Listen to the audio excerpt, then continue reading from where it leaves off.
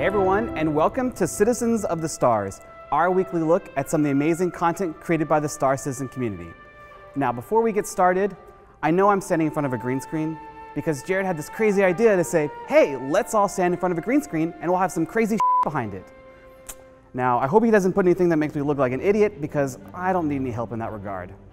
Anyway, let's throw it over to Tyler Whitkin, who doesn't have a green screen, and see who's he interviewing for this week's Citizen Spotlight.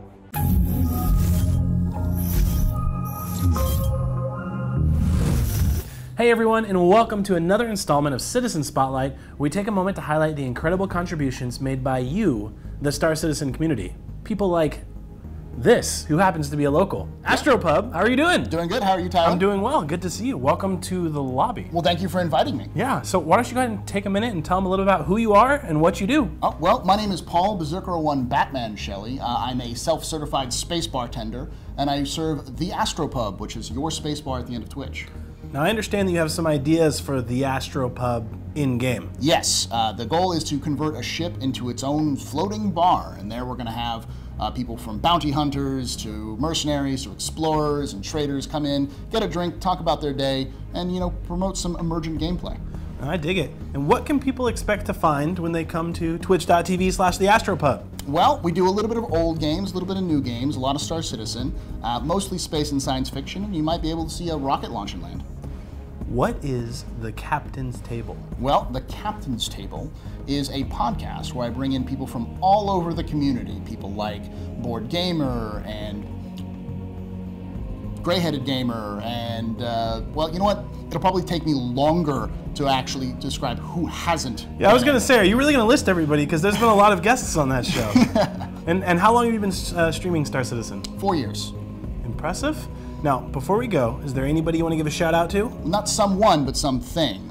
We're going to be doing VerseCon here on October 27th and 28th here in Austin. It's the largest North American fan convention for Star Citizen.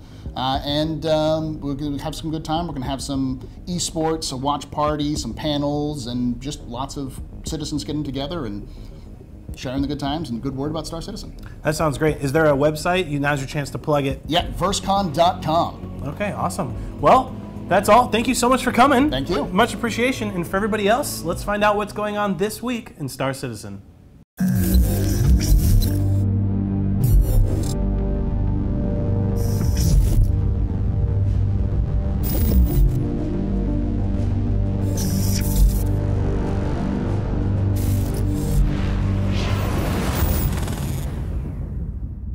Hey everybody, Ben here. Welcome to Quantum Questions, the part of our show where we ask a real CIG developer quantum questions.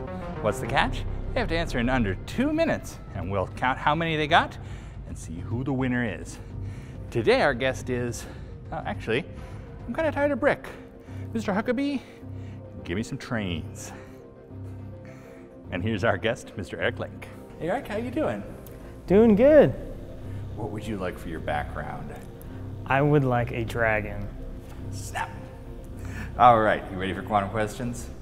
Yes. How many do you think you're gonna get? I have no clue. All right, let's please put 2 minutes on the clock. And go. What are the benefits of motion capture? Well, the main major benefit for motion capture is the fact that obviously it makes animation pipeline a lot easier. What are the major motion capture methods? Mechanical, optical, and that's all I can think of off the top of my head. Which method of motion capture do we use?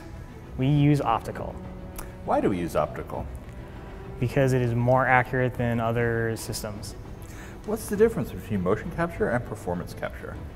Motion capture is more so just regular day-to-day like body capture, where performance capture is more so having the actor giving a performance where, say for example, motion capture is I need you to walk, I need you to run, vice versa. What types of motions can be captured? Anything you think of. How much space does a motion capture shoot take up? Depending on, for us, it can be 30 by 30 or more, depending on what we're shooting for. What is real-time visualization during a motion capture session? Real time is literally just having everything working in real time, almost as if, like, say, VR, but everything is presented right in front of you, like through either a camera or through a monitor. So, or even a virtual world where basically somebody has access of you running into that world. What's the capture speed of a typical optical motion capture system? Normally it runs at 120 hertz, but it's depending on what your system is and what the camera we use usually, I think, is 60 frames per second or 30 frames. But depending on equipment, it can always change, but usually it's around 30, 60 to 120. How many actors can be tracked at a time? Depending on the volume, it can be 5 to 50. That's it. Thank you very much. You did an awesome job. I certainly learned about motion capture. Let's see how you did. Well, that was a heck of a performance. Mr. Erik Link goes on the board with 9 questions, and they were all serious, no joke ones, so that is pretty spectacular. You know what? I'm tired of trains. Give me a dragon too. All right, over to Alexis with Subconscious.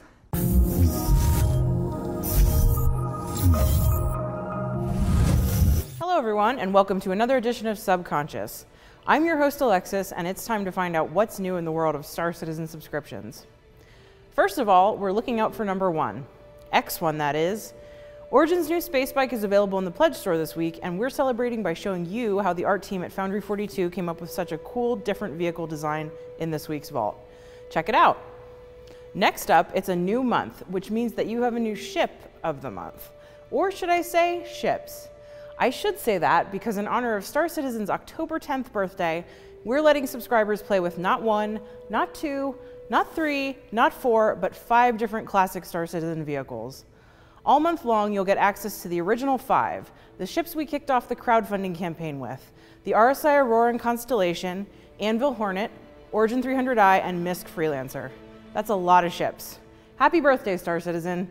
Next week, you can look forward to a new flare item, one that we really think takes the Drake.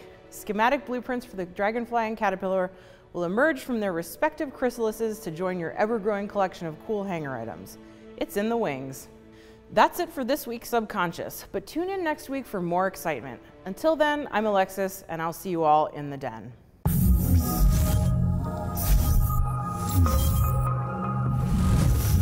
Hey everybody, welcome to this week's Top 5 and MVP. But fun with green screens, huh? Fun with green screens. At least there's not a giant Tyler Whitkin in a big Uncle Sam hat behind me. Is there? I can't tell. Number 5, Crashed Cutlass by Robert Chief.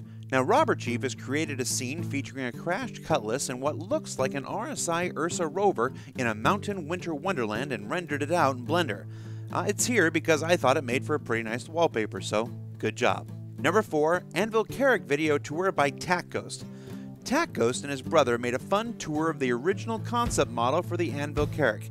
It's on here because I know how much you guys love the Carrick. The Carrick, the Carrick, the Carrick. So here's the Carrick.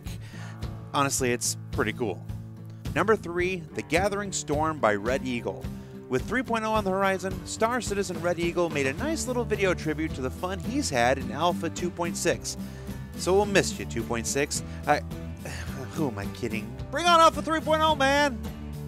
And number 2 is a double feature. 2 different Origin 500i concepts by Dawn Stealer and Telecaster. I'm gathering they were inspired by the recent resurgence of Origin spacecraft, and these 2 citizens each came up with their own independent ideas for a hypothetical 500 series spacecraft, so I thought it'd be fun to share them both with you today. Good job, people! And finally, number 1 in this week's MVP is Knight 55 and his Citizens of the Stars Wall of Fame Google spreadsheet. It's a one-stop shop aggregate of all 35 prior episodes of content featured on Citizens of the Stars. And I'm not above kissing up when awarding an MVP from time to time. So congratulations, Knight 55.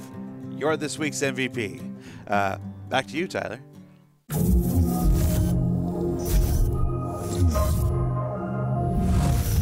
Well, that's all for this week's show. A big thanks to Erik Link and TheAstroPub for joining us. For Citizens of the Stars, I'm Tyler Nolan, and we'll see you next week. I don't know, Jared, what else can you put behind me? Dragons? A mother's love? How about the respect and admiration of your peers? I don't know, smelly foods. I don't know. Thank you for watching. So if you want to keep up with the latest and greatest in the Star Citizen and Squadron 42's development, please follow us on our social media channels. See you soon.